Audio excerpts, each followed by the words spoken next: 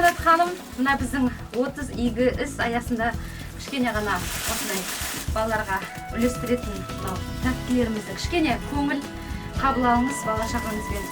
Сіздің отбасыңызда тек жақсылық болсын, қуаныш болсын, балалардың ұйқысы тыныш болсын, жыламасын. 30 егісі аясында Ардақ Балажановаға рахмет, көп рахмет айтам, Алла разы болсын.